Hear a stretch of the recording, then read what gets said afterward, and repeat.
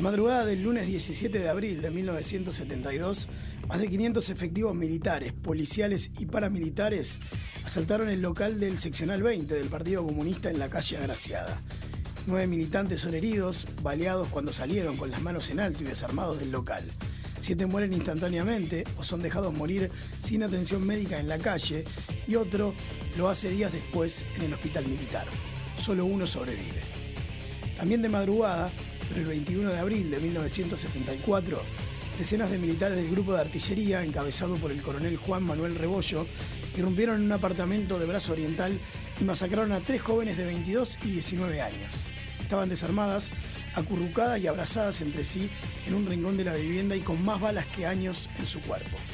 Este mes se cumplen 40 y 42 años de estas 2 masacres y el profesor Gabriel Chirichi nos visita para analizar desde el punto de vista histórico ambos hechos. Gracias por la visita. Buenos días, muchas gracias por la invitación. Bueno, arranquemos, si querés, en orden temporal.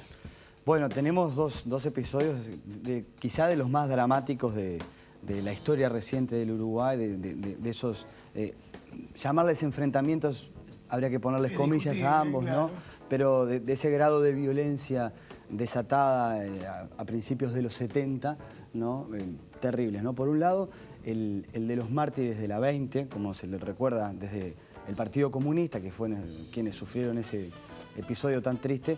Bueno, es en un contexto predictatorial, creo que eso es una situación siempre importante a recordar, en donde la cuestión que explica, estas palabras uno se pone así porque es tan grave lo que pasó, ¿no? Fue el inicio de lo que el MLN declaró el 14 de abril del 72 como la guerra al Estado a partir, bueno, del descubrimiento del Escuadrón de la Muerte y los atentados del 14 de abril llevados adelante por el MLN, que terminaron en la votación del estado de guerra interno por parte del Parlamento uruguayo, dando cabida, digamos, a soltar la oleada represiva que termina golpeando, por ejemplo, contra el Partido Comunista. Claro, una oleada represiva general, digamos. Brutal. Entre otros contra un Partido Comunista que no estaba de acuerdo con la estrategia, además del MLN. Lucha armada, ni siquiera. Entonces, pero sí, como el contexto de la Guerra Fría asociaba, digamos, cualquier, digamos, oposición era comunista, y el comunismo era además un partido muy organizado, con mucha base social y sindical y también con mucha presencia cultural. Era un objetivo muy fuerte. Poquitos días antes de lo del atentado de la 20, un comando irregular, no se sabe bien si llamarle parapolicial o qué, había ocupado la sede de la calle Sierra, hoy Fernández Crespo, claro, ¿no?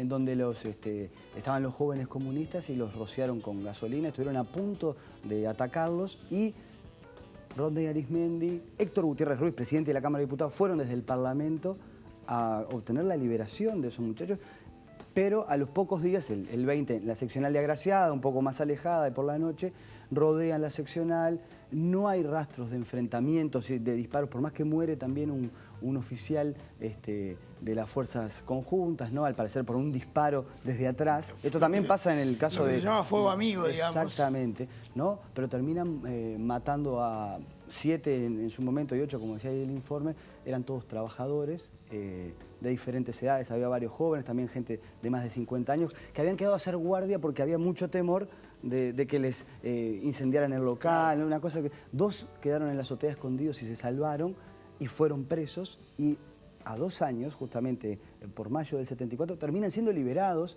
por la justicia militar. Ya en dictadura se comprueba que no hicieron nada de enfrentamiento. Claro, ni siquiera desde la justicia militar era sostenible el procedimiento. ¿No? O sea, fue como, visto en perspectiva de hoy, ¿no? Es decir, como quitarle, desbocar el caballo de la represión, y bueno, en un operativo también confuso, quiénes lo dirigían, si los militares, si la policía, si los grupos estos antisubversivos, ¿no? Empieza de repente una balacera y ajustician, otro término terrible, ¿no? Es decir, matan sin enfrentamiento a 8 militantes. Esto generó un momento dramático en la política nacional porque no estábamos en dictadura, claro, y el velatorio de los muertos fue acompañado por dirigentes de todos los partidos políticos, incluso por el arzobispo de Montevideo, como pasó ahora que se recordó que era Cotuño. Que ha vuelto al tapete ahora Cotuño, dije con nada que no era Cotuño. No creo que Cotuño hubiera ido si fuera él. Partelli, Monseñor Partelli, que había tenido una actitud muy dialoguista en aquella época de los 60 y principios de los 70 tratando de acercar partes. La iglesia jugó un papel muy interesante, ¿no? Que a veces se olvida también, y que fuera al velatorio de comunistas, ateos, en medio de la Guerra Fría, claro, marcó toda una señal de que la sociedad estaba consternada por eso. Y el Partido Comunista, que me parece también importante recordarlo, ¿no? Tuvo una actitud, yo quiero ser cuidadoso con las palabras, ¿no? Pero muy institucionalista. Es decir, porque perfectamente podría haberse tomado ese episodio para, digamos, incendiar la pradera. Mataron a 8 compañeros, vamos a la... El Partido Comunista que tenía su aparato armado también, ¿no? Y la actitud fue, vamos a esperar que la justicia resuelva, vamos a buscar la averiguación de los responsables, que liberen a los compañeros que están presos. Sí, ahí hay un rol, obviamente, de Arismendi muy fuerte en esa... Una actitud de negociación esperando que, digamos, que la cosa no llegara a peor término, que después va a pasar, y bueno, incluso como comentábamos, ¿no? En dictadura van a ser liberados los que estaban presos por estar en la seccional 20, ¿no? Pero bueno, es un episodio de violencia extrema que se vivió en el país. Ahí marcabas un tema que ahora volvió al tapete porque en el homenaje que van a hacer el... Sturlan. Exactamente, va a estar el nuevo, el reciente arzobispo, y eso también trajo a flote que en aquel momento había estado, algo que en estos años creo que también pasó un poco desapercibido y que vuelve al tapete por esta aparición. Por esta renovación en la iglesia, claro. Que es histórica en Uruguay. La iglesia ha tenido comportamientos también de mucha cercanía con lo social, claro, y de no ser intolerante ante diferentes opciones políticas. Eso es muy interesante. Y ahí hay un punto que también está bueno, y era como la primera vez en la que era inmascarable el abuso. Porque en sucesos anteriores de la predictadura, siempre en el montaje o en la discusión o en lo que fuera, había por lo menos una discusión de las cuotas de responsabilidad. En este caso era como indefendible, o sea, había 9 tipos que salen desarmados, con las manos en alto, saliendo tranquilos y los ametrallaban, digamos, en la salida, ¿no? Exacto. No había forma de plantear una discusión o un suceso. Por eso que yo decía, enfrentamiento no hubo. Pero me parece una cosa interesante también a observar, ¿no?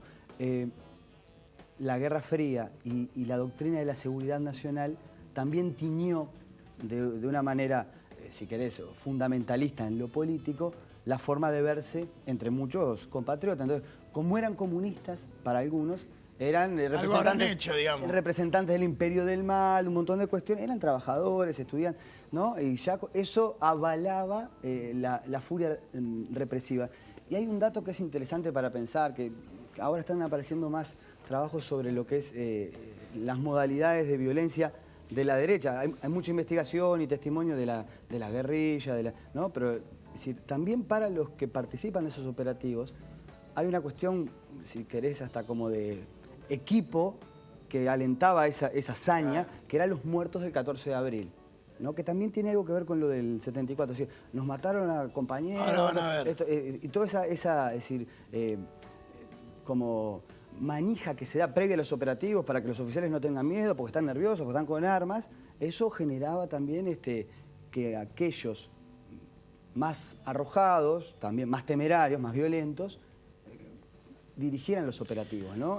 Bueno, ya lo engancho con lo del 74, que es una muestra clarísima de saña contra 3 chiquilinas desarmadas en camisón en un rincón de un apartamento, o sea, un apartamento que acribillan, apartamentos vecinos, sin ningún tipo de miramiento, tanto que cuando se dice que era, yo lo leía el otro día en una nota de Blixen, era tal el ruidaje de la cantidad de balas que se estaban disparando que ni siquiera escuchaban la voz de alto cuando se las empezaron a dar. Sí, y bueno, ya es otro contexto, ¿no? Ya es dictadura, claro.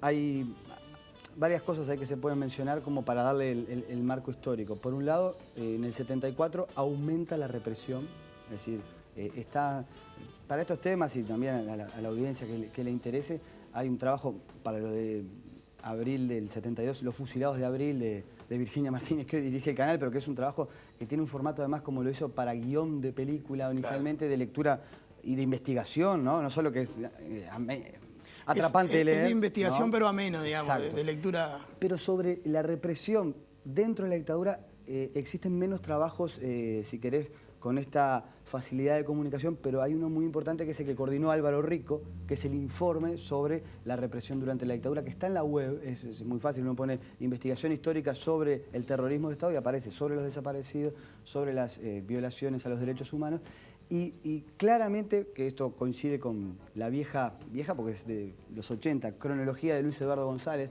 que Luis Eduardo, cuando hizo la investigación sobre las etapas de la dictadura, a la primera etapa del 73 al 76 le llamó la etapa comisarial, ¿no? La etapa en donde en realidad sigue Bordaberry de presidente, está el Consejo de Estado a nivel institucional, son los actos esos institucionales que eliminan los partidos y, ¿no?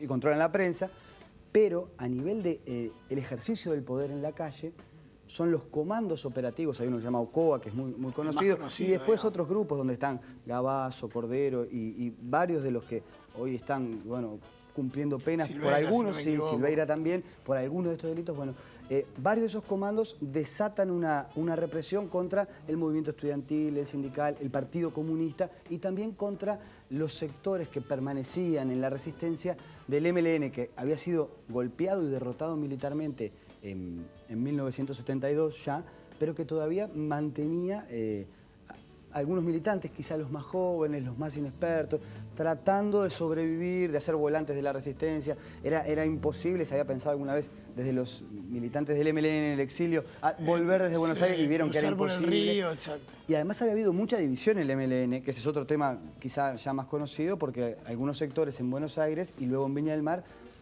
asumen que la lucha armada no debía continuar, incluso hay una autocrítica, otros dicen que no, pero bueno, los que quedaron acá, con muy poca infraestructura, empiezan a caer. Y cuando uno observa, hay una diferencia muy fuerte en la cantidad de detenciones, de operativos, de asesinatos, entre 1973 y 1974. Ya el 74 es como un año de increyendo, ¿no? Es decir, aumenta, yo qué sé, en el 73 detuvieron 30 estudiantes, no, en el 74 ya son más de 90, ¿no? Hay 2 muertos políticos en el 73, va a haber casi 10, ¿no? Porque hay uno que no se sabe la situación en que murió, y bueno... Y en abril del 74, en abril lo que pasa contexto... es se están buscando, vos lo que notás más es órdenes de captura contra la gente de MLN, un montón de cuestiones, y se está buscando a un muchacho que va a terminar en Argentina, que era el esposo de Silvia Reyes, ¿no? Washington Barrios, y Washington Barrios estaba cubriendo a 2 amigas, que son estas otras muchachas, Silvia Rayo y Diana Maidanik, que estaban en un apartamentito enfrente al apartamento de los padres de Washington Barrios. Y que incluso los militares arrancan primero para ese apartamento. Se equivocan los militares, van mal, después... nos faltan los datos de los propios militares, ¿no? Pero yo me imagino que en esta cuestión de acá hay subversivos o pichi, como viste en la jerga de ellos, se van a resistir. Y ocurría, que esto ha aparecido por otras fuentes, que en los abriles, después del 72, estos grupos reivindicaban a sus muertos del 14 de abril y había como una hazaña también muy fuerte. Y ya había ocurrido un enfrentamiento antes, a principios de abril, en un bar de 8 de octubre y Villagrán, donde habían muerto un tupamaro y un militar. Y en este caso dicen que no nos muera nadie y empiezan a disparar, se cuentan como más de 150 balas para tres muchachas, pero además de esa hazaña y después pasa un muchacho en bicicleta que era un policía que estaba, y le dicen alto pensando que Washington Barrios y lo matan. Hay como eso que hablamos de la furia represiva del 72, todavía en un marco democrático muy light, pero ¿no? Ahora es desembocado, tanto que al otro día van y roban todo el apartamento. Exacto. ¿no? Y eso lo cuentan los padres. O sea, ya sin ningún tipo de control, ¿no? La furia desatada ahora vuelve y tiene estas 3 víctimas. Las edades, bueno, pasaban las fotos allí en... 19 y 22 años. Ni siquiera, digamos, no hubo ni la posibilidad de detenerlas, ¿no? Claro. Las mataron a las 3. También eso generando, me parece que es lo que tiene en los enfrentamientos, el terror, ¿no? Es decir, el terrorismo de Estado es eso, bueno, puede pasarte cualquier cosa, a los que están en esto les puede pasar Cada caso lo es un mismo. ejemplo, digamos, hacia los demás. Es muy fuerte, ¿no? Y bueno, y también creo que esto... que ha sido menos recordado, me parece que es muy interesante. No por jugar con las comparaciones, MLN, Partido Comunista, sino para entender también cómo muchas veces, esto lo digo más si querés como profesor de historia, nosotros contamos la historia hasta la dictadura y, por ejemplo, decimos, bueno, el MLN fue derrotado en el 72, o sea que sirve para explicar que la dictadura no fue solo por el MLN. Y se ha dicho incluso que el MLN no resistió a la dictadura. Bueno, el MLN perdió, pero hubo gente del MLN que también resistió a la dictadura y tuvo final terrible. Como a su vez se ha dicho, no, el Partido Comunista apoyó el golpe de Estado. Bueno, el Partido Comunista antes de la dictadura sufrió este ataque terrible y mantuvo una actitud constitucional. Lo que no quiere decir que no haya habido contradicciones a la interna del Partido Comunista en seguir si las fuerzas... 4 y 7. Exacto, eso que es otro temazo, ¿no? Claro. Pero me parece que recomponer estos episodios, no solo por el drama humano, sino tratar de entender quiénes vivían y qué política querían hacer, y también un poco conocer más a los represores, no solo verlos como diablos que hicieron el terror, sino que estaban en toda esa manija de la Guerra Fría, de la doctrina de seguridad nacional y de la violencia, que bueno, que hay que estudiarla. Gabriel, gracias por la visita, la verdad, provechosa como siempre, y capaz que nos vemos en la vuelta.